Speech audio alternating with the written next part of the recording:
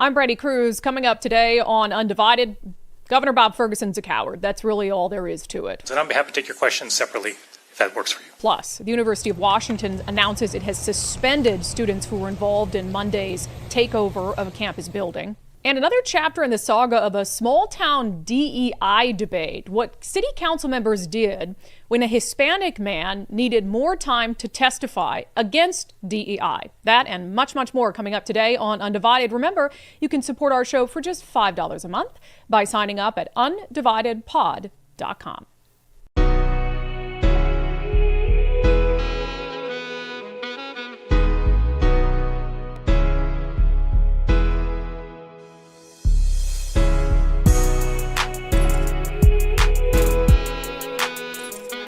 Hello and welcome to Undivided. Thank you for being here. Thank you so much for your commitment to giving common sense a comeback. I'm Brandi Kruse.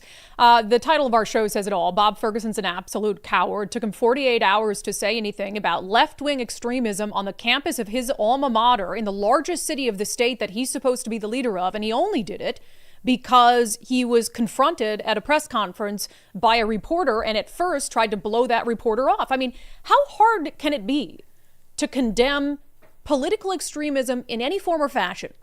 Not hard at all. And the only reason for not doing it is that you agree with it, right? The only reason for not doing it is you agree with it.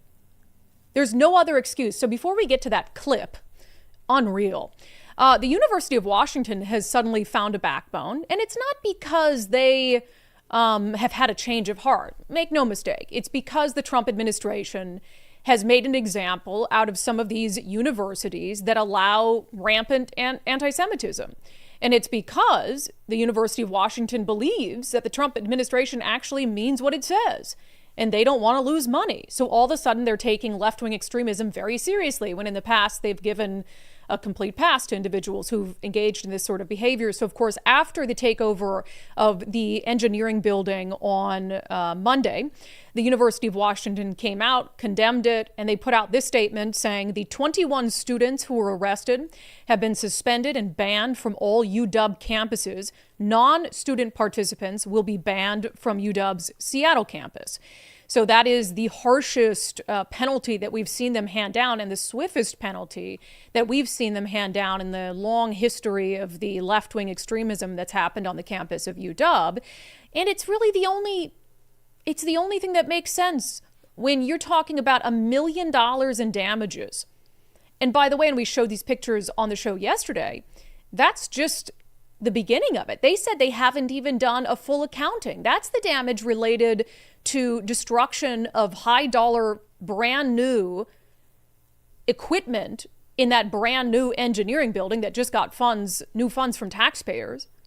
So, I mean, I'm not going to sit here and applaud and celebrate UW for suspending students who broke into a building and did $1 million in damage and lit things on fire as well. That's like the expectation, but we've been surrounded by cowards for so long who make decisions based on their own political ideology that I think it's like a surprise to us. Oh my God, they suspended the students who got arrested for all of this. But there's nothing to celebrate there. That's what they should have done all along as all these things were happening. And when I say that they're only doing this because of the Trump administration, I mean, to me, their own statement seems to validate that belief. In fact, the title of their statement they put out was called Statement on Federal Task Force to Combat Anti-Semitism Review. So the whole statement was made in the context of the Trump administration coming out yesterday and saying it's launched an investigation into all of this. They said the University of Washington fully complies, this is from UW, with the Title VI and other federal civil rights laws. 6? Is that correct? We also recognize the need to continually improve and have for many months been taking concrete actions to improve the campus climate for Jewish students, faculty, staff, and visitors. They went on to say the university values its long-standing partnership with the federal government. We will cooperate with the task force review and are confident that an evaluation will find we are in compliance with federal civil rights laws. Okay, I don't think that's going to be the case because we've seen so many of these anti-Semitic activities happening on campus where you haven't done this. And it's interesting, I saw my friend Ari Hoffman say this, and it's totally true. Remember, I think it was during his State of the Union address when President Trump said, we didn't need new laws to fix the southern border. Turns out we just needed a new president. And that's true here too. Nothing has changed in terms of UW's bylaws, the expectation to protect students and civil rights that the federal government has. The only thing that's changed is now we have a president who cares. Now we have a president who's saying we'll withhold federal funds from your university if you allow this kind of conduct, which clearly threatens Jewish students, which clearly, and even non-Jewish students, people take over a building on your campus. That's a pretty scary thing, right? So the only thing that's changed is the president of the United States. And then all of a sudden, people find a backbone when they're faced with potentially losing billions of dollars. Although the only person, it seems, who has not found his backbone is Governor Bob Ferguson. And, it's fascinating. I guess I shouldn't be surprised by all of this now when people act courageous and righteous and like they'll do the right thing when they're running for office. Because remember Bob Ferguson on the campaign trail in 2024. Remember when he came out and he condemned the takeover of I-5? And I was like shocked because, all through the riots of 2020, takeover of 6 blocks of Seattle, when he was the attorney general, he had nothing to say about any of it. And then he's in the middle of a campaign for governor. And all of a sudden, he thinks the takeover of an interstate, which has been done by rioters here for years and years and years, left-wing extremists, all of a sudden it wasn't okay with him. And he was condemning it. But that's when he was running. Now he already has the job. And once you already have the job as a Democratic governor in Washington state, you can stay there as long as you'd like. And he knows that. So why would he, ruffle feathers on the far left by condemning violent left-wing anti-Semitism? So as you know, we've been waiting, tick-tock, ever since Monday for him to say something. Hadn't said something. So he has a press conference yesterday on some housing bills that he's signing into law. And Chris Daniels with King 5 News is there, and he is like right up in the governor's face and confronts him. And Nicole, when you play this, can you mute my mic because I'm about to sneeze? This is obviously a very public recognition of the importance of housing and homelessness in Washington State. Yes. Okay. Over the last 50 minutes. Over the last 48 hours, there has been no public recognition of what has happened at your alma mater, the University of Washington, at the IED building. Do you believe that that was a case of domestic terrorism? And are you concerned at all about the Department of Education and their probing the anti-Semitism of the University of Washington? So I'm happy to take your question after we take questions on the housing, but I'll stick around afterwards and talk to you about it. But right now, in respect to all the folks who are here, who have come here and worked on these bills, I hope you understand. We're going to focus on that, but I'm happy to take your questions afterwards. Thank you. People who are watching all at home all across the state who are concerned about that issue. I understand. So I'm going to answer your questions. I want to be clear. But I think the folks here are here for a specific reason. And so out of respect to them, let's answer the housing questions. And I'm happy to take your questions separately if that works for you. Thanks. Do you have any housing questions? I just acknowledged that for the last 45, 50 minutes we heard how right. Do you heard that from everybody. I'm just asking if you have any housing questions. I've waited 45 or 50 minutes to ask you that one question. Okay. Got it. Go ahead. Yeah. Wow. As if this is the first time a reporter has ever asked an off-topic question at a press conference. Oh, it's never happened before.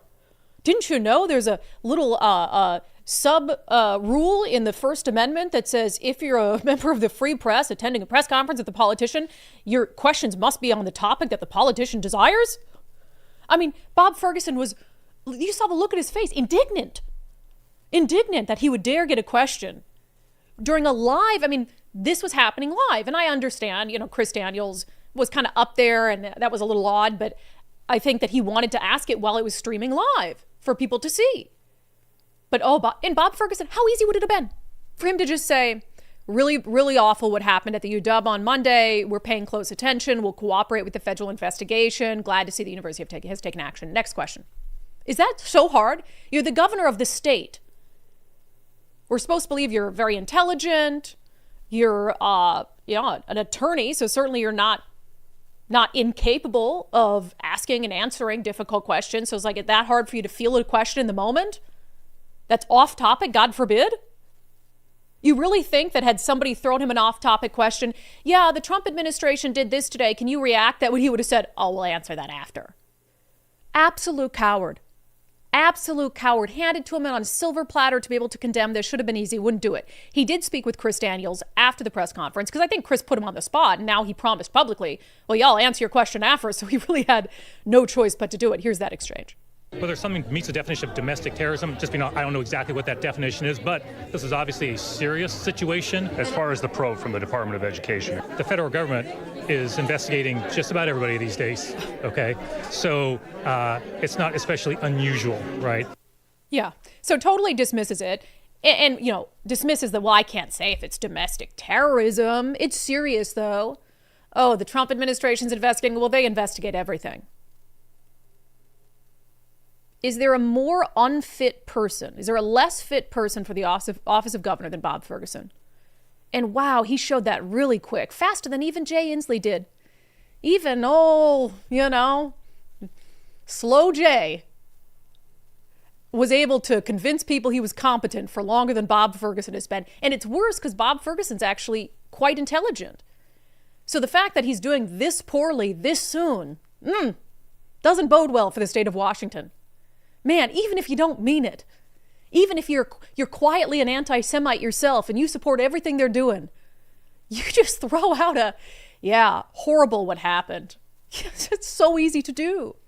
It's so easy to do. The fact he won't do it tells you everything you need to know about Bob Ferguson. Unreal. Meanwhile, he'll have another opportunity perhaps today coming up at 1 p.m. So if you're watching this show live, if you're listening back, it'll already have happened.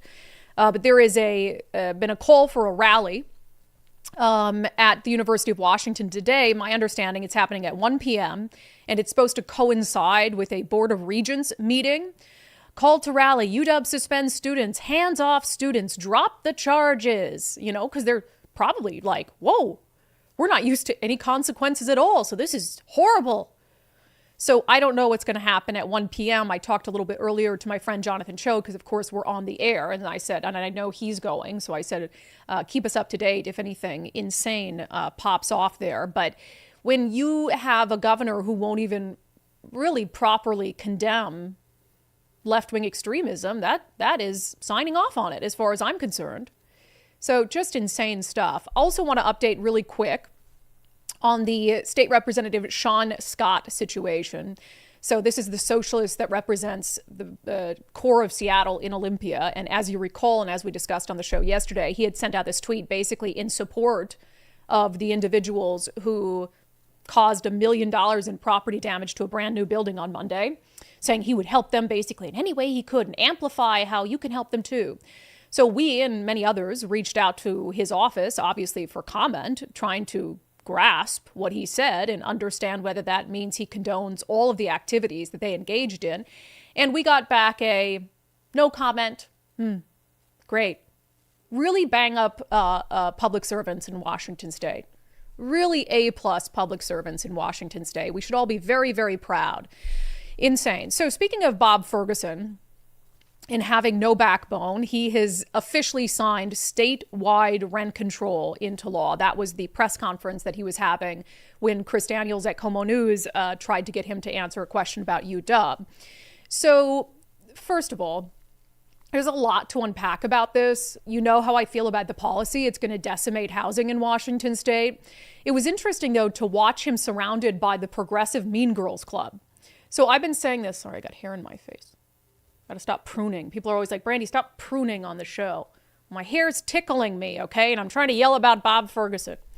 So I talk about the progressive Mean Girls Club. This is like a clique of left-wing progressive women in the House and Senate in Olympia who will bully, who will vilify, who will label even their fellow Democrats to try to get their way. And we saw this unfold on the floor of the Senate during votes over rent control. And one of them is State Senator Emily Alvarado. So she's flanking Bob Ferguson on his right during this press conference. And flanking him on his left is State Senator Yasmin Trudeau, another member of the Progressive Mean Girl Club. And that's particularly interesting because she's been low-key jabbing at Bob Ferguson for the past few months. She gave quotes for a story about one of his staff members who ended up having to resign, which was clearly a story that was placed to punish Bob Ferguson for not being obedient to the progressive Mean Girls Club. And then she was just quoted in a story by the Washington State Standard that we discussed on this show, talking smack about Bob Ferguson for not being more vocal and forceful in his support of rent control. And I've said I think State Senator Yasmin Trudeau is positioning herself to primary Bob Ferguson from the left, which I don't care. I would love to see Democrats get in an internal fight during the next gubernatorial election. I mean, she won't be able to win. She'd probably get like 6% or something in a primary because she's just too far to the left, and even in Washington State, I still think. But anyway, so he has these two women who I don't think like him very much, there to talk about rent control, and he attempts to, I almost think this was intentional, but he attempts to compliment State Senator Emily Alvarado, who's the chief sponsor of rent control, but like can't really come up with anything nice to say. Here it is. We're on to our final bill, and one that's obviously especially consequential. This is House Bill 1217. Senator Emily Alvarado, has worked extremely hard, and just, one thing I just really respect in life is like people who nose to the grindstone, work hard, they've got a goal, they're focused on it, they're trying to work on behalf of the people, but that's their mission. I just really have a ton of respect for that, right? And not everybody's built that way, and this is an example of really being focused and just being really determined. Yeah. Did it cut off early? I thought there was a part where it was awkward. Maybe I didn't get the rest of it, but there was a funny part where he's like, everybody pauses because he can't really come up with anything nice to say. But that wasn't much of a compliment anyway. All right. So as a reminder, State Senator Emily Alvarado, before we play what she had to say here, she is the one who her full-time day job is working for a housing organization that supports rent control. So she's making somewhere in the range of $200,000 a year from an organization that has lobbied in Olympia for rent control. And then she turns around and is the chief sponsor of rent control. Yeah, conflict of interest? I think so. She's facing an ethics complaint over it. I don't know if the PDC will find any wrongdoing there, but you think anybody asked about this at this press conference? No, of course not. Here she is talking about how this really isn't all that bad of a policy for landlords. This is really an anti-gouging policy that prevents and prohibits some of the most excessive kinds of rent increases, 7 plus CPI with a max of 10. So currently, that's a 10% limit on rent increases. And I think what we hear is that this is set at a way where landlords can continue to raise the rent, make a fair return, invest in the property, and even make a profit while balancing that interest as a property holder with the interest of people having basic stability in their rent. So it's a balanced proposal. It allows for new construction to continue.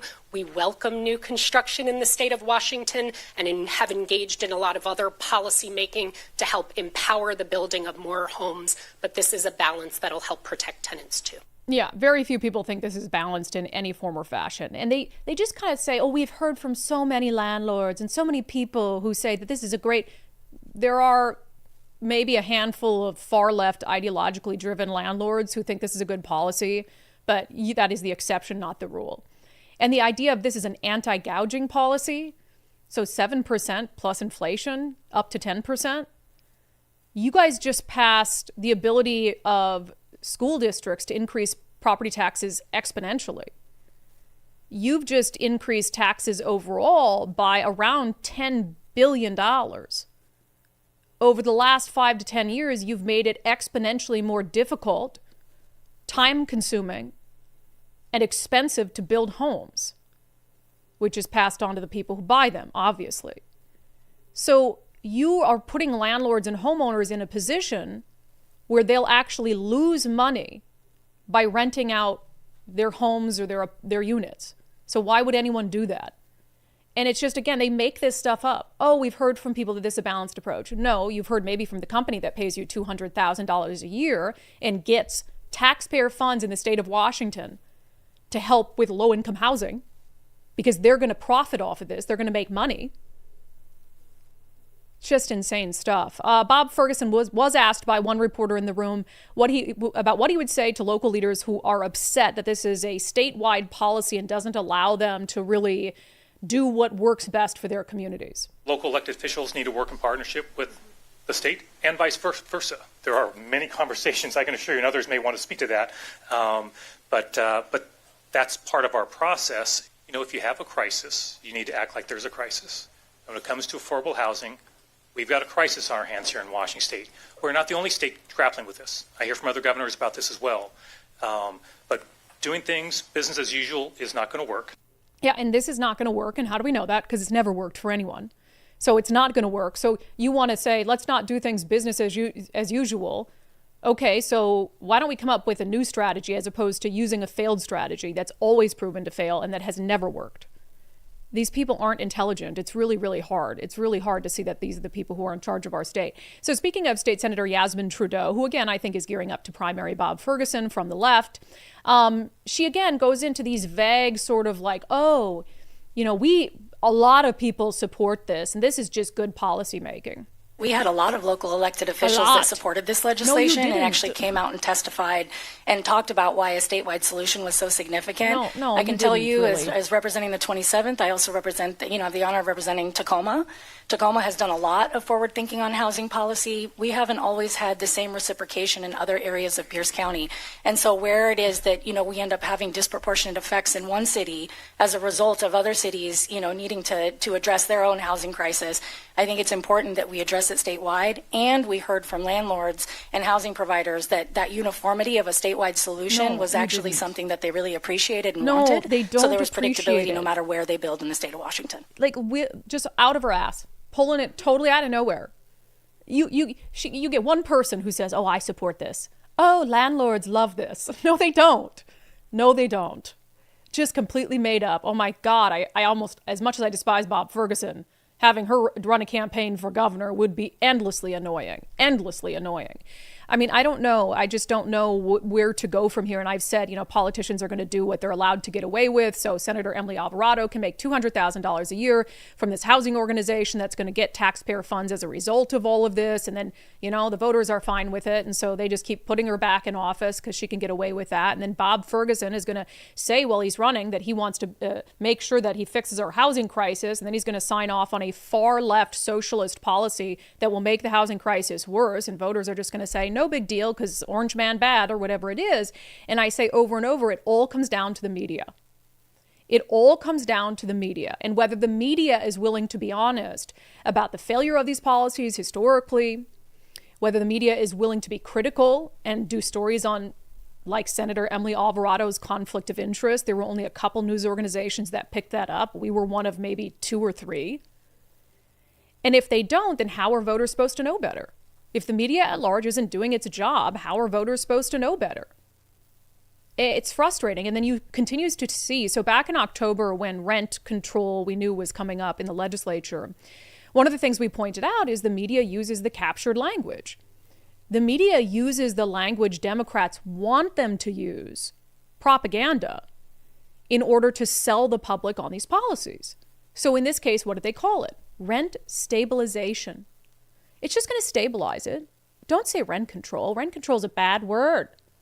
Rent control has a bad connotation. And so the media just falls in line. Oh my God, they call it rent stabilization. We shall too. We shall too. Similar to reparations. They called it the Covenant Home Ownership Program, and the media just regurgitates it like their job is to be a stenographer. I was happy to see, though, and although, no, I'm not happy to see it. In fact, I'm not. And I'll tell you why. So we look at the headlines. Nicole was digging up headlines after it's signed into law. Now, all of a sudden, after it's signed into law, guess what the media is calling it? Rent control. You guys, I can't make this up. After it's signed into law and is a done deal, now it's rent control. There were a couple outlets, Fox 13, King 5 News, that still called it rent stabilization. Although I wonder if those were Associated Press articles that they just ran and didn't change the headlines for. So no, you knew it was rent control all along. You called it rent stabilization or rent cap, which I think is better than rent stabilization because it is a cap on rent. Actually, the AP calls it rent control. Oh, the AP does. Okay, so maybe it was an AP article. So I'll just blame Fox 13 and King 5 News. So again, you use propagandized language. And then when Democrats don't care whether you use the propagandized language, you call it what it is. We saw the exact same thing happen with reparations when it was first passed. They called it covenant home ownership, and then literally at the bill signing, The chief Democratic sponsor of the bill said this is a first of its kind reparations law in the country. Finally, first time she'd said reparations after it was already pen to paper and signed. It's a joke. The media is an absolute joke. Absolute joke. And I just really quick on the media being a joke, I had challenged them on X yesterday with the Shaun Scott thing. Can you imagine if there was a Republican state lawmaker who offered to help in any way he could the J6ers? And raise awareness for their plight back when January 6th happened. Can you imagine the outcry from state Democrats? So I challenged the media. I said, hey, time to prove you don't suck and treat this post just like you would if a Republican had posted it. Just pretend a Republican posted this about right-wing extremists and treat it the same way. Did they? Of course not. Absolutely ridiculous. All right. The Washington State Supreme Court has ruled on the constitutionality of the quote-unquote high-capacity magazine ban. We'll have that update first. I just keep talking about and singing the praises of the Eastside Weight Loss Clinic program. I was just telling Nicole today, I'm waiting. I'm like just on the cusp of a record weight for me, and I've been texting Nicole and my sister every day like, oh, I need this. I'm so excited. And I'm at the lowest weight I've been at in like 7 or 8 years, thanks to the Eastside Weight Loss Clinic program. I'm down 43 pounds, and I just feel great. And I think the nice thing about it is I feel like I earned it.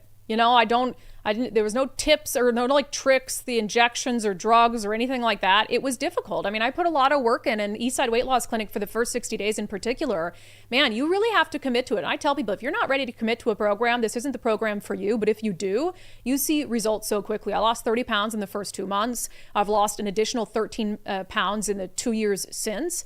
And it just gives you the tools you need to sort of know what to eat in the right combination, the right portions to jumpstart your metabolism. And then it's something you can keep continually going back to. Like I went to Cabo and I got back, and whenever you get back from a vacation, you feel a little like, drank a lot, ate a lot. It's like, okay, back to the tenets of the Eastside Weight Loss Clinic program. And then you're feeling great in no time. So it's a really cool program that you can stick to for life. EastsideWeightLossClinic.com, EastsideWeightLossClinic.com. All right, shock of the century. Gird your loins, because I know this is really going to surprise all of you. The Washington State Supreme Court has upheld the ban on what they call large capacity magazines, which is a magazine over 10 rounds, which anyone who knows anything about guns is not large or high capacity in any sense. Here is the 7-2 opinion. They say, we hold that engrossed substitute Senate Bill 5078 does not violate either the Washington or United States constitutional protection of the right to bear arms, because large capacity magazines are not arms within the meaning of either constitutional provision, nor is the right to purchase large capacity magazines an ancillary right necessary to the realization of the core right to possess a firearm in self-defense. So they're basically saying the Second Amendment and the Washington State Constitution do not say or explicitly state, which I don't know that makes a lot of sense, that you have to have a high capacity magazine in order to exercise your right to bear arms. So of course, this is just wrong-headed. And the people who challenged the high capacity magazine ban always knew that ultimately it was going to have to end up before the United States Supreme Court. So that is certainly where they're going to go to next. And the Washington State Supreme Court is ideologically captured. So this, I don't think, surprises anyone. I don't think it surprises anyone in the 2A community. So SCOTUS is really who we're going to have to rely on for a legitimate and fair analysis in this case. And look, I mean, it goes back to this argument of, the Second Amendment was written a long time ago and it didn't account for these sorts of weapons. I'll say what I always say. Then push to change the Second Amendment. If that is your contention, that it is outdated, go about the process to change it. The Founding Fathers gave us a process to change amendments or to add amendments. So if you want to do that, do it. But nobody wants to do that because they probably believe that it wouldn't ultimately be successful. But I mean, look, if the majority of states and Americans want to change the Second Amendment, who am I to say I can't do that? But they don't want to go about the actual process. They just want to use ideologically captured courts to chip away at Second Amendment rights. It's insane. So we'll see what happens with this one, but I wanted to update you guys on where that's at. So a significant ruling on the high capacity magazine ban, but a ruling that is not necessarily a surprise.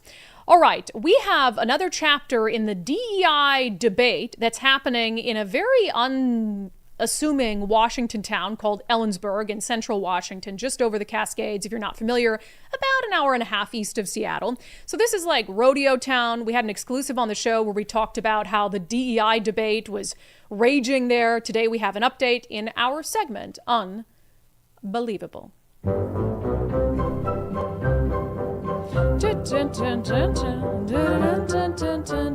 Woo!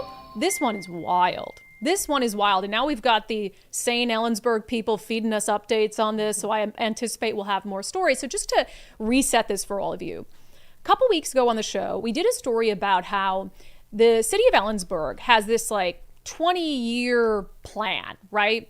And every year, so they really only update it every 20 years, but they were taking suggested amendments to that plan from the public every year. There was a feedback process, because obviously a lot can change in a city in 20 years, right? So that's sort of silly to expect that you're not going to have updates as the years go by. So there was a process where the public could submit these amendments and things they wanted to see changed. And for the last, almost 10 years, the public really didn't participate very much. There'd be like 1 or 2 or 3 amendments submitted by members of the public every year until this year. There were hundreds, and they were all related to DEI.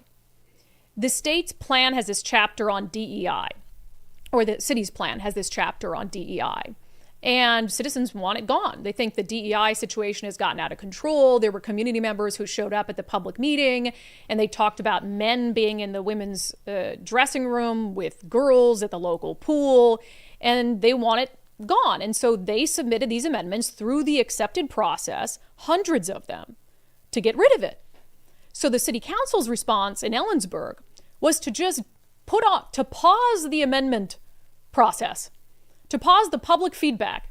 They're like, this is exactly what happened. They're like, we're getting a lot of anger over DEI. Let's just not take any proposed amendments from the public anymore for now. Just crazy stuff. So trying to silence people. So the good citizens of Ellensburg will not be silenced by what is a really odd, like far left-wing city council in this rodeo town. So they keep showing up at the meetings talking about their anger over the situation and over DEI.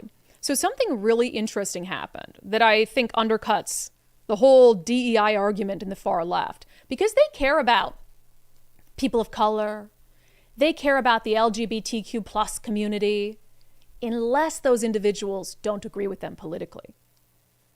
Then you're, what do they call black people? Uncle Tom, right? They're not on our side. So they'll vilify a black person like that if that black person's a Republican. They'll vilify a Hispanic person like that if that person believes in traditional family values. It's really fascinating, isn't it? DEI, diversity, equity, and inclusion, but only for those people who align with us politically. And this is a perfect example of that. So there was a man named Mr. Lopez. I'm not sure what his first name is. So he's Hispanic. He's a pastor in Ellensburg. So he shows up at the city council meeting to speak against DEI. And he doesn't speak English. So he needs a translator. So usually citizens have 3 minutes to give their remarks.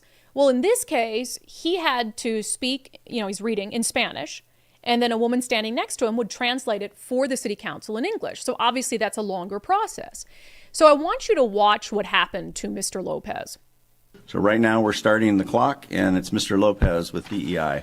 Que fue modelo de libertad, de respeto y de valores. This country was blessed by the founders with Christian morals. For hundreds of years, it was a good example of freedom with values and respect. Crece el número de ciudades con calles que son inseguras. Today, the number of cities has grown where the streets are no longer safe, where many universities and colleges are being indoctrination centers, where the teachers teach zero values of education. Y a criminalizar el sentido común. If we let them to prostitute themselves in the morality which is the greatest treasure of our society, we are on our way to be the country of shame and mediocrity, where common sense is criminalized. Let's stop being a bad role model because Okay, Mr. Lopez, I'm going to actually have to stop you just because I want to make as many speakers. Thank you. Okay, we'll move to the next speaker. And then consider we're speaking about DEI. I think this is a very. Okay. Could I yield my time so he can complete it since he needs an interpreter? We're not going to do that right now. We're going to go ahead and move to the next speaker. So, Mr. Cook, Logan Cook. Okay, so here you have a Hispanic man who needs an interpreter. So it's obviously taking longer to do his public testimony. And this captured city council says absolutely not. A white woman comes up and says, hey, we're talking about DEI. I'm supposed to speak. I will give him my extra time so that he can finish his thoughts through a translator. And they say, we're not doing that. There were multiple people who tried to give Mr. Lopez their time, including Logan Cook, who gave a 1 minute, 30-second speech. And then he walks off and tries to say, hey, but I'll give my 90 seconds to Mr. Lopez. Someone from the DEI Commission sits on the city council, then presented an idea that increases the size of the DEI Commission. That just doesn't seem right to me. It doesn't seem right at all. Kind of seems like a conflict of interest. Thank you so much for your time.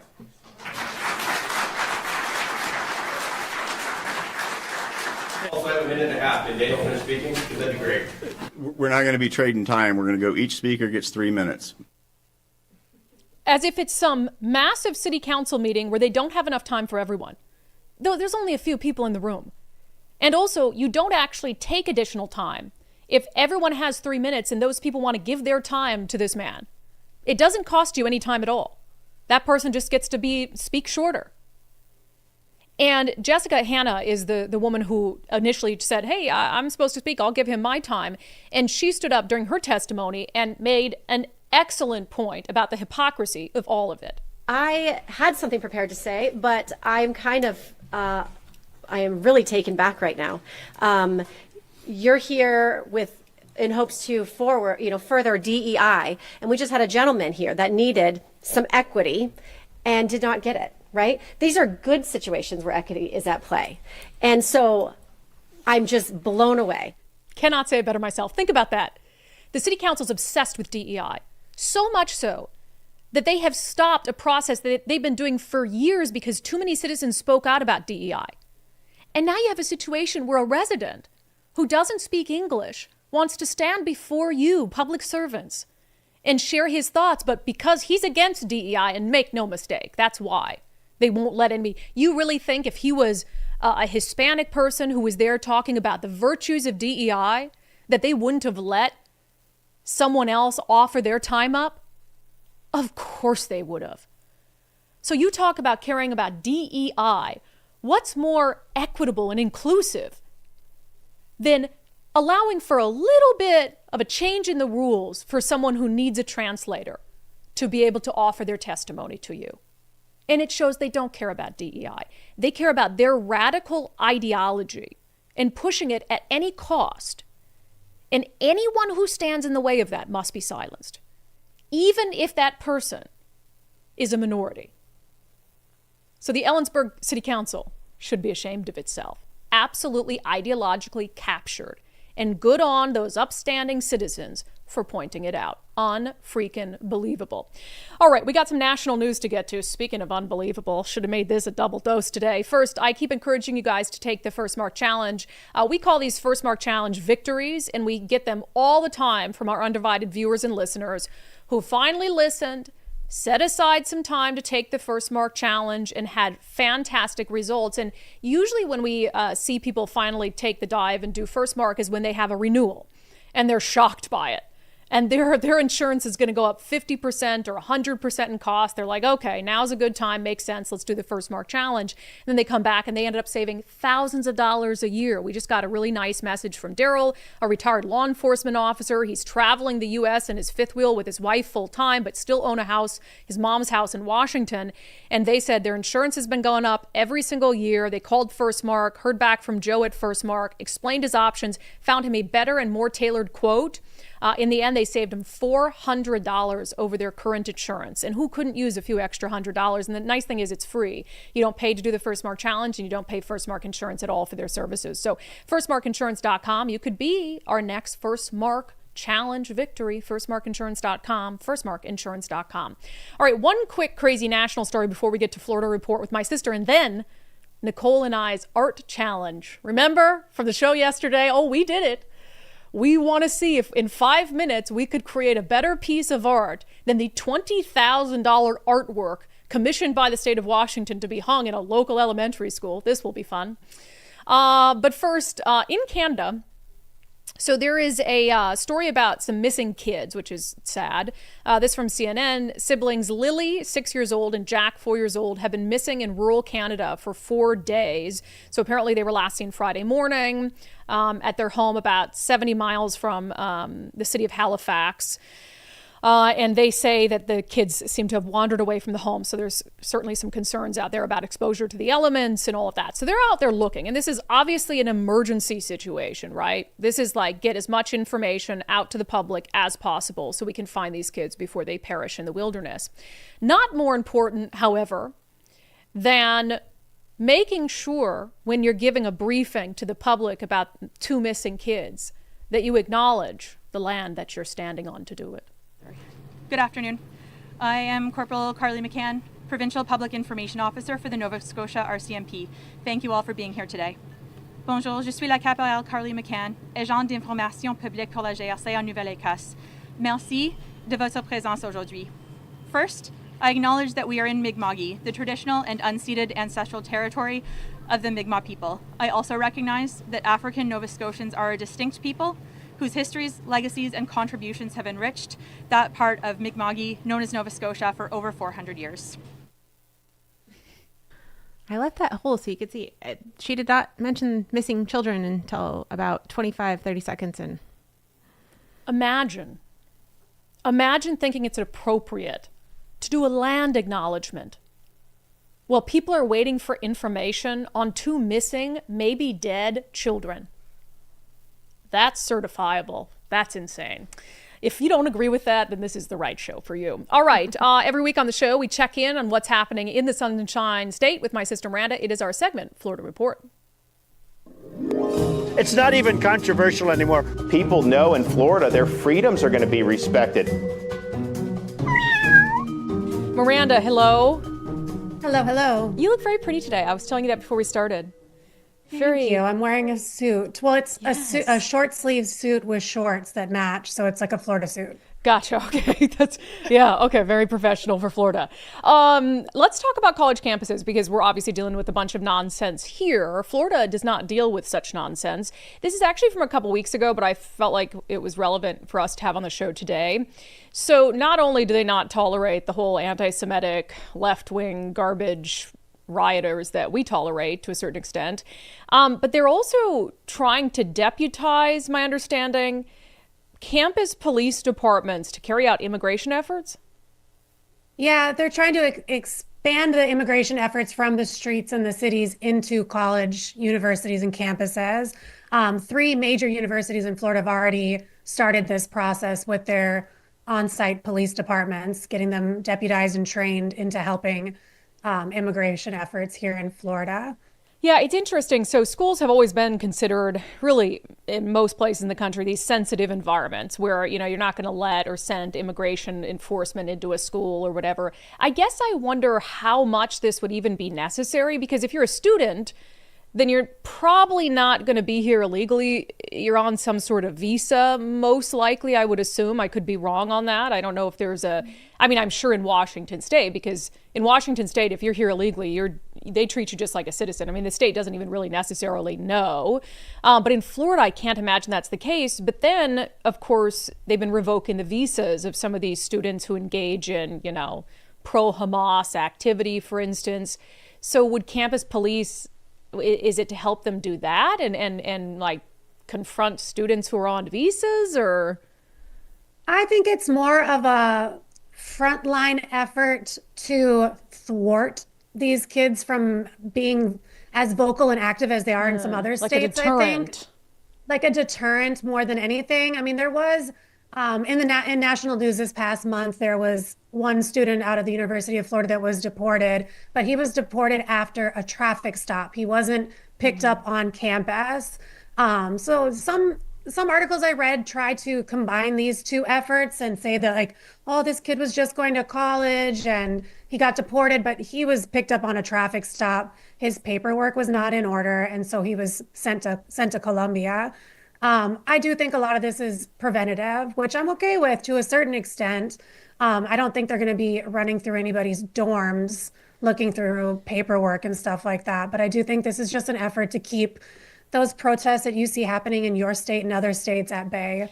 Yeah, to a certain degree. It's interesting. It's another one of those things where there's a fine line, like Florida. Does it take things too far? So it says in this AP article, if approved, the university police departments could be among the first in the nation to be granted such authority. Under the model, participating officers would have the authority to interrogate, quote, any alien or person believed to be an alien about their right to remain in the country, as well as the power to make arrests without a warrant in some cases. I don't think I want campus police, like, because what does that come down to? Hey, your skin's brown. You get over here and you cough up your paperwork. Not sure I love it. I think it's an example of Florida taking things a little too far. We'll see how it actually manifests and whether they abuse it or not. I don't know. I just think there's a lot of other areas we need to be focusing on to get violent, illegal criminals, people who've been deported previously, out of the country before you're marching around a college campus interrogating students. Yeah, I fully agree. And also, immigrants come in all colors. We're not just talking about, people from South America and Central America and Mexico. There's people that come to Miami and outstay their visa from Europe, for example. There's all types of like immigration issues, and some things have to take precedent over others. I do think people here breaking the law, overstaying visas, things like that are definitely priority before you go around campuses and start picking kids out trying to get an education. Because that feeds into what the left warns about and why we need sanctuary policies. They're just going to stop people on the street and ask for their paperwork, which that's the fear mongering that they set forth. But is it fear mongering if that's what they actually start doing? And I'm not saying, like, look, if you're in the country illegally, you shouldn't be here. I'm in full support of you going back and having to do it the right way. It's a matter of priorities and kind of not taking things so far that then all of a sudden we see this slingshot effect and now we're back to, oh, everybody can be here. All right. Speaking of maybe taking things too far, although in this one I'm shocked this didn't pass. So in the legislature there had been a bill introduced that would have said a government entity cannot fly a pride flag. And there were other flags included, but really this was about, I think, pride flag and trans pride flags. So we're coming up on June, of course. So did the bill pass or is it going to be banned? It did not pass. It passed through the Senate, but not through the House. And so now it's just been put on a shelf. There's a part of this bill that I think this was more about, and it's the part that talks about how it would authorize retired members of the U.S. Armed Forces, National Guard, to use reasonable force to prevent the desecration, destruction, removal of the flag, or to replace such a flag in a position of prominence. And I think that needed a little more fine tuning, because you just can't have people out there being like, I'm retired military and you're not flying a flag respectfully and using force. I think that part is probably why they were like, put the brakes on it and want to revisit, because I can't see why Florida wouldn't pass not being able to fly a MAGA flag, a pride flag, a BLM flag at a government building. That seems pretty reasonable. Wow. The other part. Oh, go ahead. The other part doesn't seem so reasonable to me. I hadn't seen that. Yeah. Authorizing them to use reasonable force to prevent the desecration, destruction, or removal of the United States flag. Yeah. You can't just have vigilantes out there. What is reasonable? What's reasonable, right? I hadn't seen that. Now this makes a lot more sense, because I think had it just been, you can't, fly a pride flag over the state capitol, I'm fine with that. And it's not just about pride flags. It's about all these other things. And then these arguments that we've seen even here in local city councils. Okay, if we approve the pride flag, what else do we have to approve? So to me, it's like prisoner of war flag, the American flag, the state flag, and let's just call it good at that. So yeah, that second part of it. Okay, I'm glad you mentioned that, because now that makes a whole lot more sense. All right, so one of the biggest fights you and I have ever been in as sisters, we were down in the Keys and we were kayaking through these, mangroves? Is that what you call them? Yeah, mangrove. And it's these narrow little channels of water We're surrounded by trees. We really don't have anywhere to go. And you, of course, back when you were obsessed with social media pictures, you're like, I want you to just take pictures of me, on my kayak. And I'm like, look, I don't feel safe because there's crocs all up in here. And you demanded and blocked my path until I took pictures of you. And we saw a crocodile, alligator. It was a crocodile. Down there, yeah.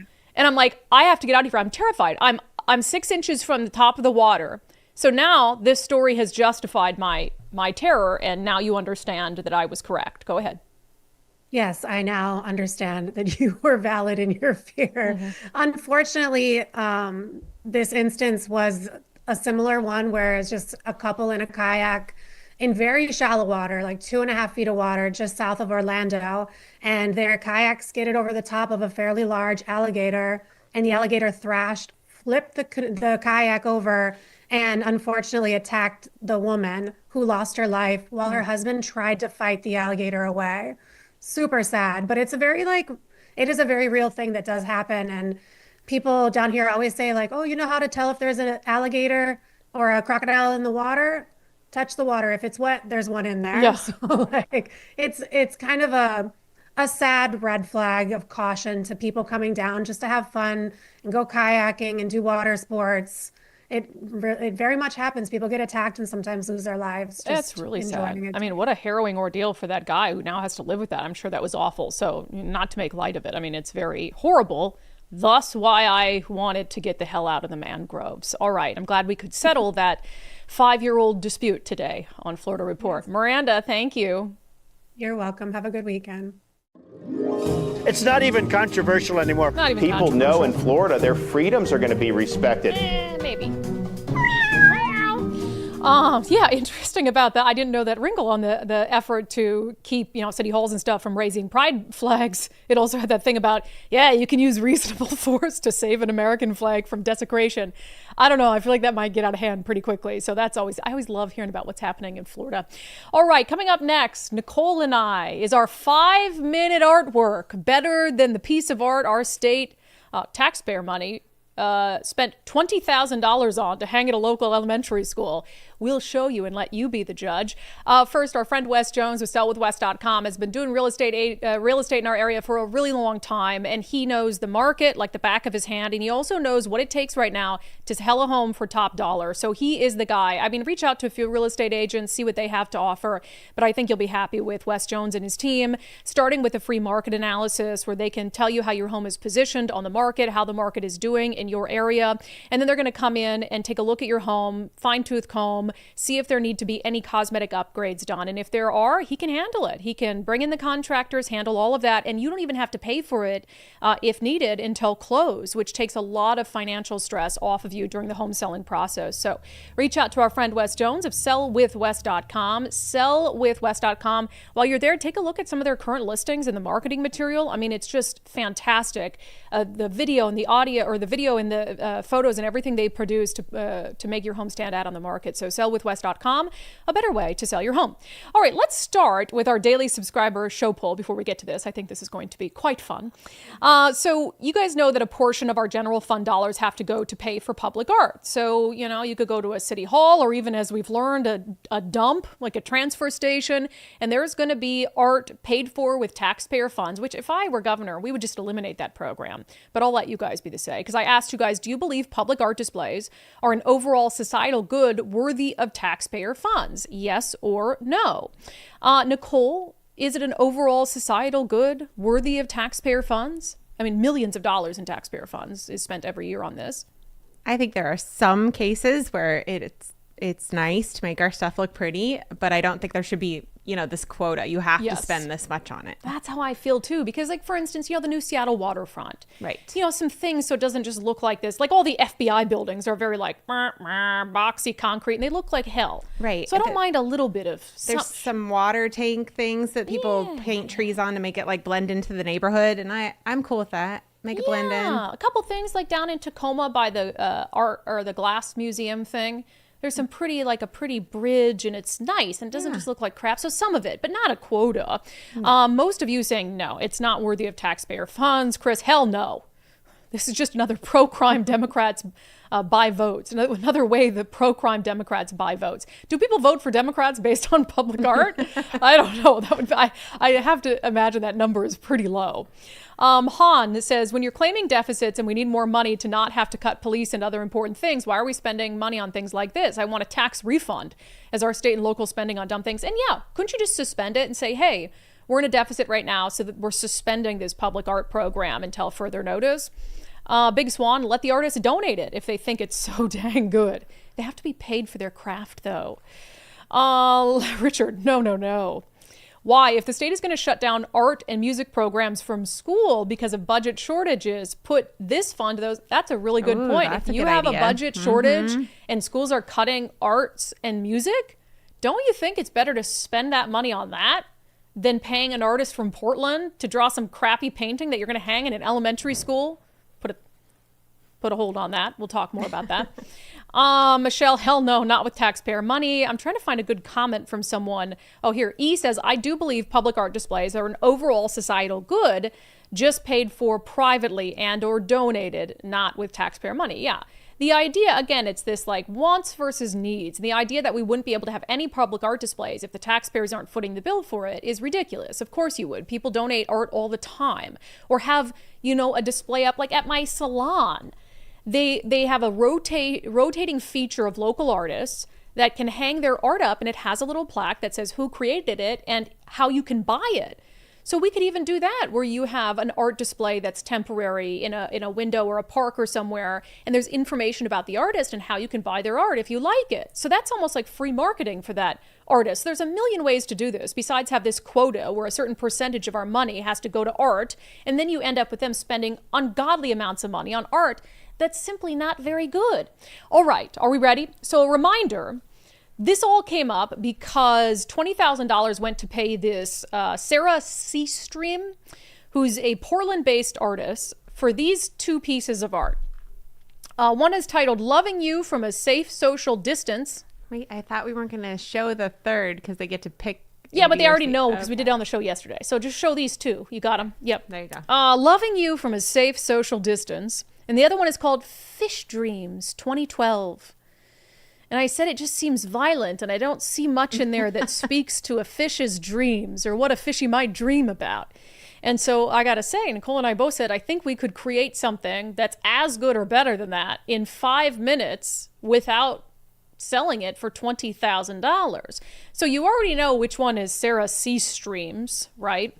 And so Nicole and I, right before the show, took 5 minutes with a timer, could only use the same colors, so black, red, and gray. And we created what we thought we would paint if we were painting fish dreams. Okay, Nicole, go ahead. All right, so of course you see the $20,000 piece of art there in the middle. Now, one of these on the left or right is mine, and the other is Nicole's. We're not going to tell you whose is whose. So you got A, B, and C. And you can be honest. Look, if you think the $20,000 piece of art is better, that's currently at North Hill Elementary in Des Moines, that's fine. But when you're talking about the theme of fish dreams, do you like A, B, or C? Okay? You guys let us know. I'm going to put this up to subscribers on Patreon, Locals, and X as an actual poll, okay? And you guys let us know which one you prefer. And then on Monday's show, I'll tell you whose is whose, okay? I know which one I prefer. And, we couldn't get great pictures of ours, so the B picture looks better. But I mean, okay. So we'll have to get your comments on A, B, or C a little bit on the show. We won't tell you whose is whose just yet. I will say, I think we both did a pretty good job in 5 minutes. In 5 minutes. With those colors? Yeah, with some, they were just watercolors and not the best. Yeah, but yeah, I think we both did great. I think both of them capture fish dreams far better than whatever is happening in the middle there. I have no Whatever idea. Sort of hellish devil dream that is. Yeah, it's quite like a hatchery. And again, I think both of us would be willing to donate our version to this elementary school if we can get a refund on the $20,000 we pay this organ artist. So you guys take a hard look at those and you decide A, B, or C. And none of you better pick B, for the record. I know I said it was okay, but it's not okay. You pick A or C, okay? All right, where are we going to next? Before we get to comments and our closing sanity check, just a reminder, our friend Zach Abraham with Bulwark Capital is having another one of his live webinars. This one's on May 22nd, and the theme is tariffs. So that's very timely. And if you've been freaking out over tariffs in your retirement portfolio, this is the webinar you want to go to. So totally virtual, free to attend. And what they're going to do is talk about how the market's reacting to the tariffs, how that reaction could impact your retirement portfolio. And then they'll do a long-term outlook for 2025 and a full reveal of how Bulwark is always looking for opportunities to lower risk, lower cost, give your retirement as much upside as possible. So sign up for Zach's free webinar, Tariff Edition, Thursday, May 22nd. Register now at knowyourriskradio.com, knowyourriskradio.com, and don't forget to catch the latest edition of Doge Watch with our friend Zach Abraham. It's up now across all of our platforms. Okay, some comments. Why are you guys giving us so much money today? Our super chats are popping up. We got $100 super chat. Wow. Do I have to do anything for that? Like, do I have to take my shirt off? What is it? No, he just appreciates our brain. Oh my gosh. T. Courtesy.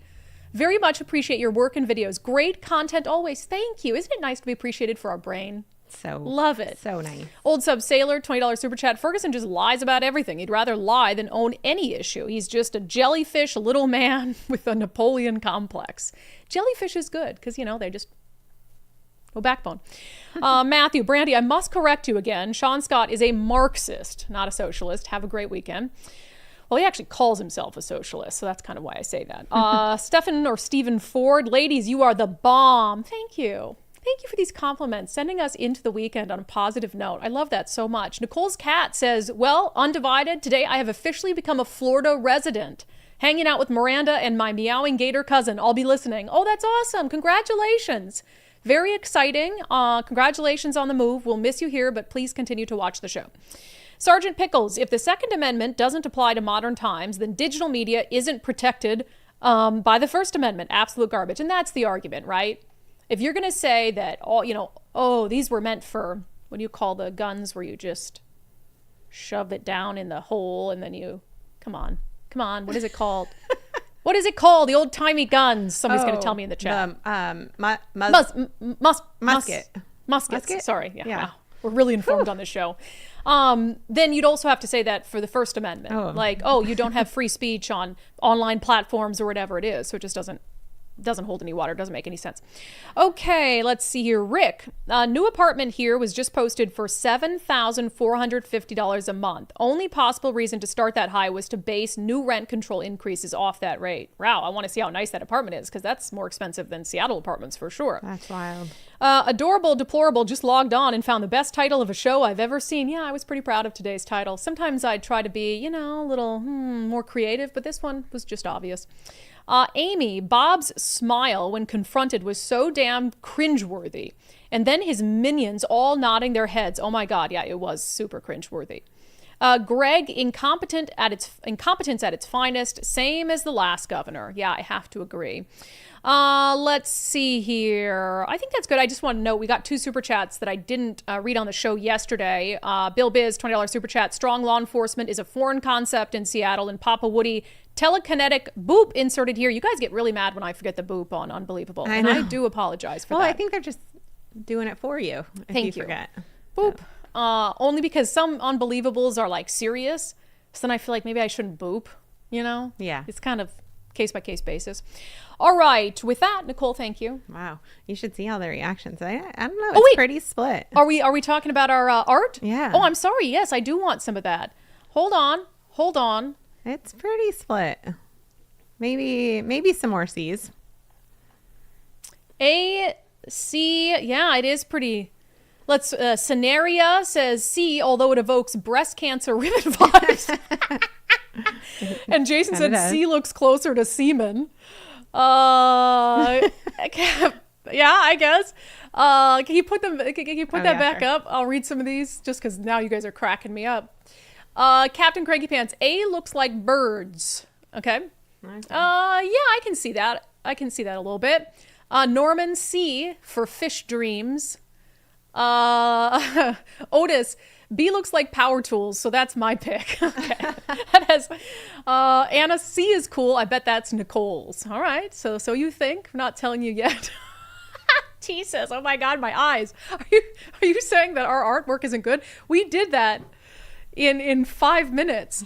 Hello, Watermelon. I mean, I still prefer B, but it's not good. Okay. All right. Whatever you say. I said B wasn't an option. C looks like a busted fish ladder. Okay. You guys are cracking me up today.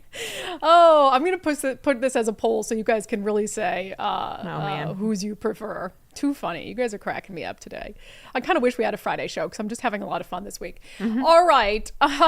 With that, thank you, Nicole. There's some good comments in there today. I'm crying a little bit. Let's get to our closing sanity check, which will also make you want to cry.